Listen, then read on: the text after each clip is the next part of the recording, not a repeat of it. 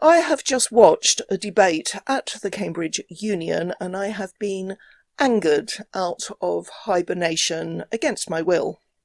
I have found often that the best way to get my anger and frustration off my chest is to make a video about the cause of it, and in this case the cause is one Cass Caldicott, a second-year law student who was the first speaker at the Cambridge Union for the motion, "This House believes in the right to offend."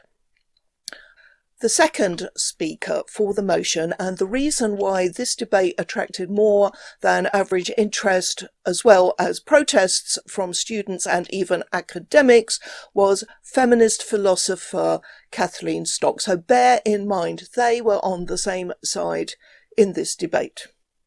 Caldicott, in proposing the motion, spoke for roughly 10 minutes, of which about the first 2.5 minutes he used to describe what he calls the pinnacle right to offend, as the right to offend in aid of what is just and the right to offend for development. It is targeted against those in power, he said. It is done with thought and purpose. It is done in service to a progressive political agenda. And he gives 2 examples. The women currently protesting in Iran and the Little Rock 9 in 1957. Long way to go back to find another example. These were 9 African American students who were the first black students to be enrolled in what had been an exclusively white high school in Arkansas.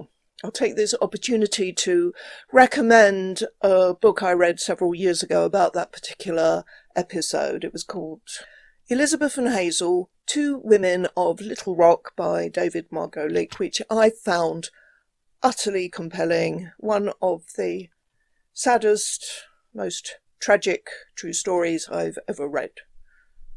Probably haven't sold it very well, have I? If you want to get yourself really upset, read this book.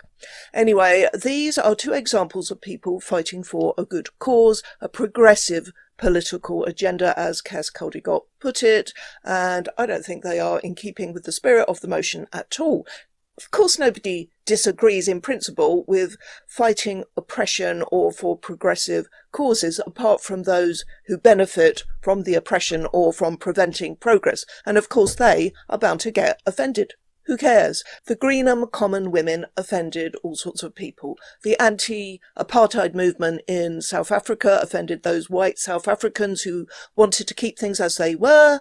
The Third Reich must have been terribly offended at the temerity of the Allies. I mean, we can take this so-called pinnacle right to offend to ridiculous lengths, and no sane person is going to disagree with it. It's not worth debating. Having said that, the next example Caldicott gives us is also free speech in a good cause, the cause of women's sex-based rights by speaking out about regressive gender ideology. But this seems to be one that Caldicott doesn't agree with. In fact, he appears to be deeply offended by it, and he spends the whole of the rest of his time attacking a woman who's been doing it, and who happens to be sitting on the same team as him. He starts by pulling the usual gender ideologue stunt of claiming victim status. And this is the case of trans people and other LGBT plus identified people in the UK. Those who offend through their identity, those who the mere facts of their existence are the tool by which they offend, through choice or through not. So we are starting with the falsehood on which the victim narrative largely depends. Few people in the UK are offended by anyone's identity, though we may not take that identity seriously, and with good reason. And even fewer are offended by their existence. It is what people say and do that tends to offend others and often turns them against you when they weren't particularly against you before. That is what peak trans means, thanks to the behaviour of people like those trans activists who stood outside shouting and banging on things and trying to make the whole experience as unpleasant as possible for everyone.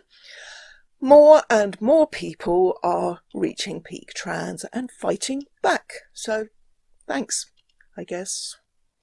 Trans and LGBT plus people in the UK currently face countless indignities against them from civilian and government alike. Oh, what a load of rubbish. If civilians are hostile, it's because they are sick to the back teeth of having the rainbow flag shoved at them repeatedly and from every direction. Institutional capture is so wide that those under the so-called trans umbrella are prioritised over everyone else. I would certainly agree that gay men and lesbians are suffering indignities as a result of genderists telling them they are bigots if they insist on being true to who they are, which is same-sex attracted, and exclude people who aren't the same sex from their dating pools. I myself have done countless amounts of looking over my shoulder. I've done countless amounts of walking home in the dark, scared. I've done countless amounts of dealing with people making truly awful comments to me who I had done absolutely nothing towards but look and dress a certain way. Oh, try being a woman. We get truly awful comments regardless of how we look and dress, as well as because of them.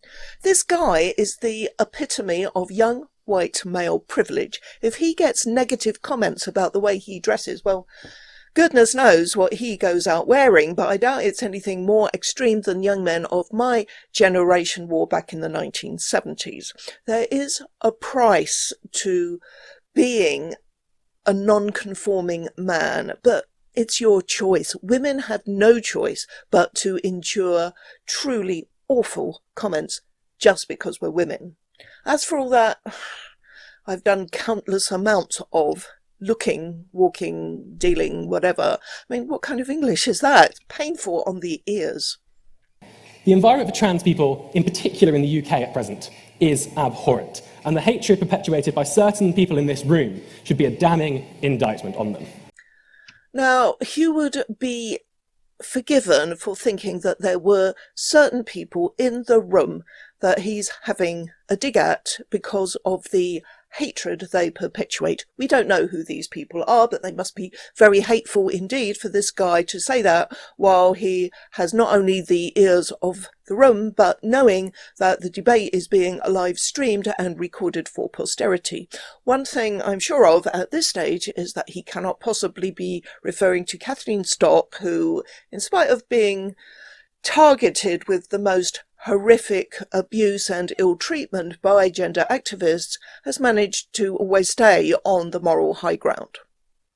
And I would like to begin my discussion with the preface that I do not believe trans rights are up for debate, and I believe the union was wrong to invite Dr. Stock and risk shifting. What? Oh, shameful. Nobody has gone there to debate trans rights, have they? I know Dr. Stock hasn't. The day before the debate, she tweeted this. I'm speaking at Cambridge Union tomorrow. The motion is nothing to do with trans activism. There's protest against me / event planned anyway. It's clear from accompanying rhetoric they don't have a clue what I actually think. To quote a Twitter cliche, I'm tired. Tell me about it. I'm bloody tired. I hate to think how tired she must be. Why is this guy speaking in favour of the motion when he doesn't even think an accomplished academic who wrote a best-selling book and has been awarded an OBE should have been invited to speak in a debate at the Cambridge Union? What is wrong with him? Because something is, and with all those plonkers applauding. And risk shifting what otherwise could have been nothing more than a meaningful and insightful debate about free speech onto what I'm having to do before the House this evening. Thank you for the laugh, Dr. Stock. What do you expect her to do? You deserve to be laughed at for behaving like a total plank. He goes on to say, without a trace of irony, that just because you can do something does not mean you should. No, of course we shouldn't try to challenge an ideology that is steeped in misogyny and homophobia just because we can, but for some reason, people like you and those noisy turds outside your venue who want us to shut up just make us want to try even harder. Baffling, isn't it? He also mentions that freedom of speech doesn't mean freedom from the consequences of said speech. That sounds a bit sinister in the circumstances, and it's clearly a justification for the hatred and bullying perpetrated by trans activists in the face of disagreement with what they purport to believe. But of course he's right, and I am fully confident that he would support my right to make this video exposing the big old clown shoe that he is. Simply put, the fundamental nature of what makes someone a man and what makes someone a woman is our key point of contention, or gender theory, as I believe is the term Dr. Stock uses in particular. And make no mistake, I do absolutely and wholeheartedly disagree with Dr. Stock's ruminations on this topic. But as mentioned, I will not be debating them on the principle that trans rights are not up for debate, and I do not wish to waste my limited time at this box arguing an issue on which neither of us will change our views based on what the other could possibly say. Okay, at least he admits to having a mind as closed as a clam, but it's unfair to imply that Dr. Stock is the same when I'm in no doubt that he knows any argument he presents against what she actually says wouldn't stand up to scrutiny. You don't need to be a professor of philosophy to demolish gender nonsense. That's the real reason so-called trans rights are not up for debate, but nobody's asking him to debate them anyway. So next, he declares that he is going to look through the actions of Dr. Stock and of those she supports, and then conclude that the people she actively supports and the things she has herself said do nothing short of harming an already incredibly vulnerable group of the population. Well, good luck with that, because you've yet to prove that the group to which you refer are incredibly vulnerable. I'm not denying that some are vulnerable, as is the case with everyone suffering with mental health problems, but you are going to have a job to prove that Kathleen Stock has said or done anything to harm them, and the same goes for those she actively supports, whereas there is a lot of evidence that gender ideology and those who promote it, or some of those who promote it, are doing a lot of harm to people who are indeed incredibly vulnerable. Try listening to some detransitioners. The LGB Alliance, who I will start with first, is an organisation that has done and said numerous awful things. Such as The opposition of gay marriage, in particular making the rather interesting claim that the LGBT rights movement has never demanded the change of laws in the UK. Both of these are total falsehoods, and I've no idea where they come from, but they certainly don't come from either Twitter or the Alliance website. Here is one of a number of tweets from the LGB Alliance account indicating that they do support gay marriage. Tweeting a link to a story in the Times about the Methodists supporting same-sex marriage, they say, a number of smaller churches have already approved same-sex marriage, but this decision represents significant progress, given the size of the Methodist Church. Many gay and lesbian Methodists will be celebrating today. That doesn't sound like opposition to me. When I did a search of their website, I found a statement refuting various lies and misrepresentations about them by the then Shadow Minister for Women and Equalities, which included this paragraph. We strongly support all legal measures to allow same-sex couples to marry. The misrepresentation here arises from the fact that marriage is and always has been a controversial concept within the gay and lesbian community. Stonewall opposed it for many years before changing its mind. Many gays and lesbians see marriage as a traditional conservative establishment institution that they have no wish to imitate. Some of our supporters will take this view, while others disagree and are happily married. Of course, the legal possibility to marry must exist. And of course, those who dislike the institution of marriage, whether they are gay or straight, have every right to say so and to remain unmarried. So, you're lying, Caldecott. They have criticised the campaign to make conversion therapy illegal. Oh really? Is that why they have a page on their website entitled End Conversion Therapy? How can this be? Well, we all know that the term conversion therapy is used to mean different things. As Caldecott is at pains to support a homophobic ideology, he probably doesn't mean it in the same way as the LGB Alliance, who argue that sexual orientation and gender identity are two distinct categories which need to be considered separately. We oppose any coercive or manipulative attempts to change or cure a person's sexual orientation. Affirming a child as trans when they might otherwise grow up to be lesbian, gay or bisexual is a form of conversion therapy. Absolutely. Got anything to say about that, Caldecott? Or are you, like so many of your comrades in arms, okay with transing the gay away? Further down the same page, we see the Alliance calling for greater investment in transgender healthcare. We call on the government to invest in the provision of more high-quality psychotherapy for minors presenting with gender dysphoria, as well as reducing the waiting time before children can access this specialist support. I'm guessing that this high-quality psychotherapy, which aims to help youngsters understand why they feel as they do and help them feel better about themselves rather than commit to a lifetime on risky medication and drastic surgeries, is what Caldecott means when he uses the term conversion therapy. It is probably the most dishonest, egregious and dangerous talking point in the genderist playbook. They've stood against LGBT inclusive education. What the hell is that supposed to mean? Is there not an obligation of speakers in these formal debates to at least give specific examples that we can check out?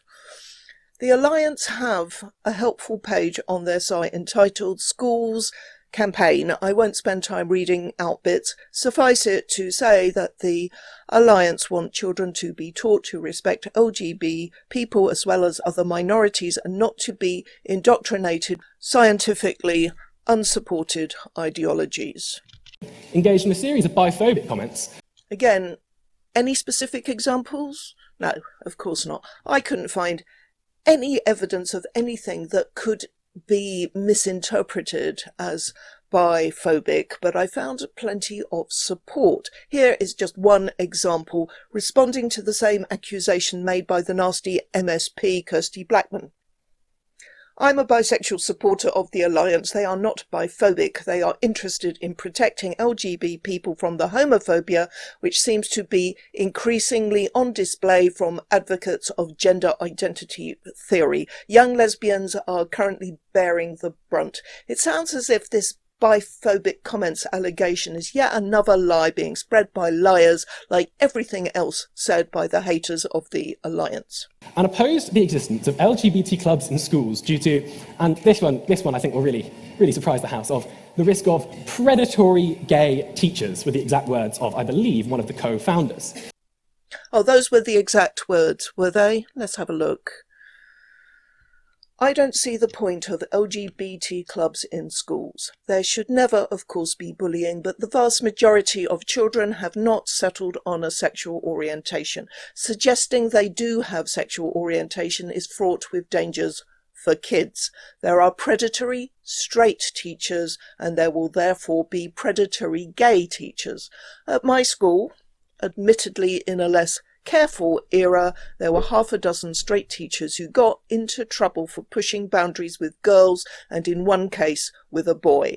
One of my music teachers was arrested and jailed for showing boys gay porn. He was arrested at the time and let off despite showing material to 4 15-year-olds, and then jailed 10 years later when one of the boys took him to court for having ruined his life. Having clubs where kids explore on school grounds their sexual orientation seems to be unnecessary and potentially dangerous. It would be an unnecessary encouragement to predators like my music teacher. Those words were posted by Malcolm Clark. I don't need to defend him because I think he has made a persuasive case on a subject I've never given a moment's thought to before. But someone might like to defend Caldecott for his misrepresentation both of Malcolm's words and for suggesting that what he says is official LGB Alliance policy. I can't find any mention of LGBT clubs in schools on their website or their Twitter account apart from this one saying, "We constantly hear from gay and lesbian young people or their parents who are disappointed after looking for welcoming LGBT clubs for them to join. Almost everywhere the emphasis is on trans." But it doesn't say they shouldn't exist in schools or at all. And all of this is an illustration of why I have decided I will never engage in a live oral debate with someone. When I first started making videos, I'd occasionally get people saying, would I debate this or that or the other person? And I'd say, yeah, why not? Not that any of them ever invited me directly to debate. It's all been people suggesting I debate someone else. Then I watched the debate between the calm, reasonable and intelligent King Critical and the buffoon known as Vosh, and I thought, no, I'm not going to waste my time with an aggressive bad actor as so many men on the other side of this conflict seem to be. If you want to do it in writing, fine. Then you will be expected to provide references to evidence for your claims and not get away with just making up shit as Caldecott is doing here. Why is he doing it? Well, he goes on to say, and the actions of this group, when combined with Dr. Stock's support of them as both an attendee of their conference and I believe at the time a trustee, will serve to completely undermine any statements made by Dr. Stock in support of the in support of the LGBT community, and specifically trans people in her book. Got that?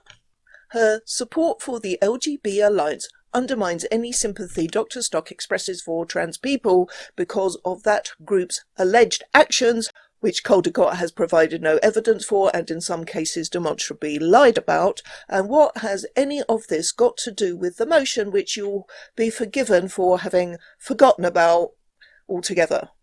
It is this House believes in the right to offend, and Caldecott is supposed to be speaking for it. Finally, after having turned down several attempted interruptions, Caldecott accepts one on a point of order, and unfortunately we can't hear the point from the floor, but we can guess roughly what the objection was by Caldecott's response. My intervening friend is unfortunately mistaken. I am talking about, again, my pinnacle form of the right to offend, and I'm not denying Dr. Stock's right to offend. I'm discussing how we should use our right to offend and how Dr. Stock has not, in my eyes, done this in an appropriate manner. You know, I was so proud of my dad. When I was little, we would occasionally go to visit Cambridge from London and have a lovely day out, wandering around, having a picnic and punting on the Cam, and I was given to understand that this was where Daddy had been at university. He obviously had many fond memories, even though it was wartime while he was there. My dad was the 7th and youngest child of a Liverpool docker. He'd grown up during a period of great economic turmoil between the wars. Like all dock workers, his father only got work some days, and I can't imagine the poverty he lived with. My dad once told me about the damp walls of their overcrowded home with cockroaches crawling all over them. It was only as I got older that I started to understand how amazing it was that he got to Cambridge University. He wasn't a privileged brat from a fee-paying school. He was genuinely clever, the first in his family to even stay on at school past the age of 14, let alone go to university. He joined the Communist Party pretty much as soon as he got there, unsurprisingly, but he must be turning in his grave now. I've lost count of the number of times Cambridge students have featured in my videos, but as I said in one of them, Cambridge is evidently one of the top UK universities for making people stupid. So, just to prove my point there, facetious though it was, the next deadly weapon in Caldicott's arsenal is a few of Kathleen Stock's tweets that we must assume he considers beyond the pale. The retweet of a tweet claiming that people were falling prey to the gender cult. Presumably it's the word cult that he objects to here, and not so much the fact that people are falling prey to it, which they obviously are, as he himself demonstrates. I'm going to make a separate video sometime about why I think it's reasonable to refer to them as a cult, but in the meantime I'd suggest to those in it that if you don't like it, stop behaving like cultists, and that means don't behave like this guy at the debate and completely ignore the topic under discussion and resort to personal attacks based on lies. This is a typical cultist tactic that we see time and time again. A tweet endorsing a zine named "Why are so many girls deciding they'd rather be boys?" What's wrong with that? It's a fair question. Are you seriously saying that after we've seen a massive rise in girls seeking transition and so many living to regret it, that it's a question that shouldn't be asked? This is really sinister cult behaviour now. And a retweet of a Times column stating that only a man would think womanhood is a costume you can shed like a pair of high heels. Well, that's absolutely true, and the fact that he seems to think it's wrong to retweet a column in the Times, I mean, he's made himself look ridiculous, hasn't he? From the cesspit that is Twitter, where trans activists abuse and exhort violence against women every single day, those three innocuous tweets by Dr. Stock are seriously the best he can do to support his outrageous allegation that her social media presence, quote, thrives on anti-trans sentiment and perfectly demonstrates her poor use of the right to offend. Sorry. My God. At this point, there's another interruption that we can't hear, although it seems to have reflected the increasing frustration of some of the audience who applauded it, and again Caldicott responds by justifying what he's saying thus.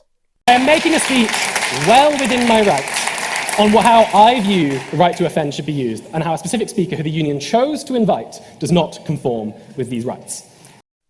Caldicott's strategy is a flagrant abuse of process, and he should be thoroughly ashamed of himself. Thankfully, he ran out of time and wasn't able to continue with what he'd planned to do, which was use Kathleen Stock's friendship with J.K. Rowling against her. Funnily enough, that's exactly the same tactic that Sean used, see my last two videos, but in the opposite direction. Sean used J.K. Rowling's association with various feminist legends, or transphobic villains as he saw them, to smear J.K., although interestingly he didn't mention Kathleen in spite of her being at that lunch that J.K. had, probably because he couldn't find anything she'd said that could be considered remotely offensive by any reasonable person. Well, neither could Caldicott, which is why he had to invent stuff about the LGB Alliance instead. I'm kind of curious as to what he might have intended to say about JKR, but judging by what he said about the LGB Alliance, it would have undoubtedly been a pack of lies. In the end, he had to confine himself to saying this. It's being impossible to say the last word on J.K. Rowling, and no summary of the damage she has caused will ever be an adequate summary. It's simply enough for me to say that her actions and views are abhorrent. Yes, I'm sure you don't like her views that sex is real and this matters. and that women shouldn't be reduced to being called menstruators, and male rapists shouldn't be allowed to claim to be women. But so what? He then concludes by saying how he as a non-binary person is miserable, as if anyone is supposed to care about this obnoxious misogynist compared to the women finding themselves incarcerated with men or having their dreams of sporting success crushed by men.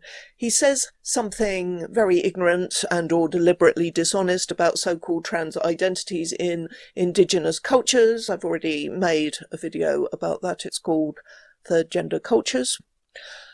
And he then finished with this killer line. The right to offend remains unqualified. Trans rights remain not up for debate. Dr. Stock, those she enables, and those who enable her disgust me, and they should disgust this House. Quite a few disgusted faces around him in spite of the applause, and who can blame them? If I was in their shoes, I'd be mortified at even being a member of the Cambridge Union after seeing that performance, where almost the entirety of a speech was given to making nasty and baseless attacks on a woman sitting right there in the room. I bet they felt horrible for Kathleen too, and kudos to her for again staying on the moral and intellectual high ground and ignoring the attack on her. In fact, she started by defending his right to say it, and then she stuck to speaking to the actual motion, which, as we've seen, Caldecott did not do. I absolutely believe that he would have been equally prepared to accept a slot speaking in opposition to the motion and saying exactly the same thing. It was obvious his sole reason for speaking at all was to defame Kathleen and earn himself some cult brownie points. That is transactivism in all its unscrupulous and pernicious glory. I see a future in British politics for this young blackguard. That's all. Thanks for watching. Bye.